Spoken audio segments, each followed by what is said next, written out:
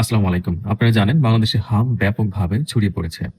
আজকের ভিডিওতে আমরা জানবো হাম কিভাবে ছড়ায়। যে বিষয়গুলো আপনি জানলে হাম থেকে আরো বেশি প্রতিরোধ করে তুলতে পারবেন এবং নিরাপদে থাকতে পারবেন।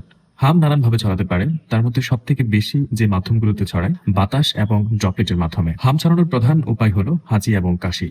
যখন কোনো আক্রান্ত ব্যক্তি হাঁচি বা কাশি দেয় তখন তার মুখ এবং নাক থেকে এরকম ছোট ছোট ড্রপলেট বা থুতুর কণা বাতাসে মিশে যায়।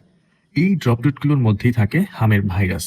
আশেপাশে থাকা সুস্থ মানুষ যখন এই বাতাস শ্বাস হিসেবে গ্রহণ করে তখন এই ভাইরাসটি তাদের শরীরেও প্রবেশ করে। তো বুঝতেই পারছেন, যখন কেউ হাঁচি কাশি দিবে তখন আমাদের একটা নিরাপদ দূরত্ব বজায় রাখতে হবে এবং আমাদের শিশুদের সেইখান থেকে সরিয়ে রাখতে হবে।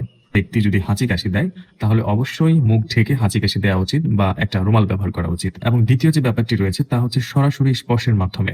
আপনি যদি আক্রান্ত ব্যক্তির হামে আক্রান্ত ব্যক্তির হাত ধরেন বা তার খুব কাছে যান তবেও আপনার সংক্রমিত হওয়ার ঝুঁকি অনেকাংশেই বেড়ে যাবে। বিশেষ করে আক্রান্ত শিশুর সংস্পর্শে এলে এই হাম দ্রুত ছড়ায়। তৃতীয় যে পয়েন্টটি বলবো তা হচ্ছে বাতাসের মাধ্যমে। মেডিকেলের ভাষায় যাকে বলা হয় এয়ারবোর্ন ট্রান্সমিশন। হামের ভাইরাসটি খুবই শক্তিশালী। এটি বাতাসের ড্রপলেট আকারে দীর্ঘক্ষণ ভেসে থাকতে পারে। এমনকি আক্রান্ত ব্যক্তি সেই স্থান ত্যাগ করার পরেও 2 ঘন্টা এই ভাইরাসটি সেখানে সক্রিয় থাকতে পারে। তাই কোনো বদ্ধঘরে যদি হামের রোগী থাকে এবং সেই বাতাস থেকে অন্যরা সহজেই আক্রান্ত হয়ে যেতে পারে। এরপরে যে মাধ্যমে সবথেকে বেশি ছড়ায় তা হচ্ছে অপরিচ্ছন্ন বস্তু বা হাত। পরোক্ষ স্পর্শের বিষয়টিও আপনার মাথায় রাখতে হবে। আক্রান্ত ব্যক্তি যদি কোনো গ্লাস, দরজার নব বা খেলনায় স্পর্শ করে এবং যদি পরবর্তীতে সেই একই বস্তু অন্য একটি শিশু স্পর্শ করে এবং তারপর সে তার চোখে বা নাকে বা মুখে হাত দেয়, তাহলেও সেই ভাইরাসটি ওই শিশুর শরীরে প্রবেশ করতে পারে।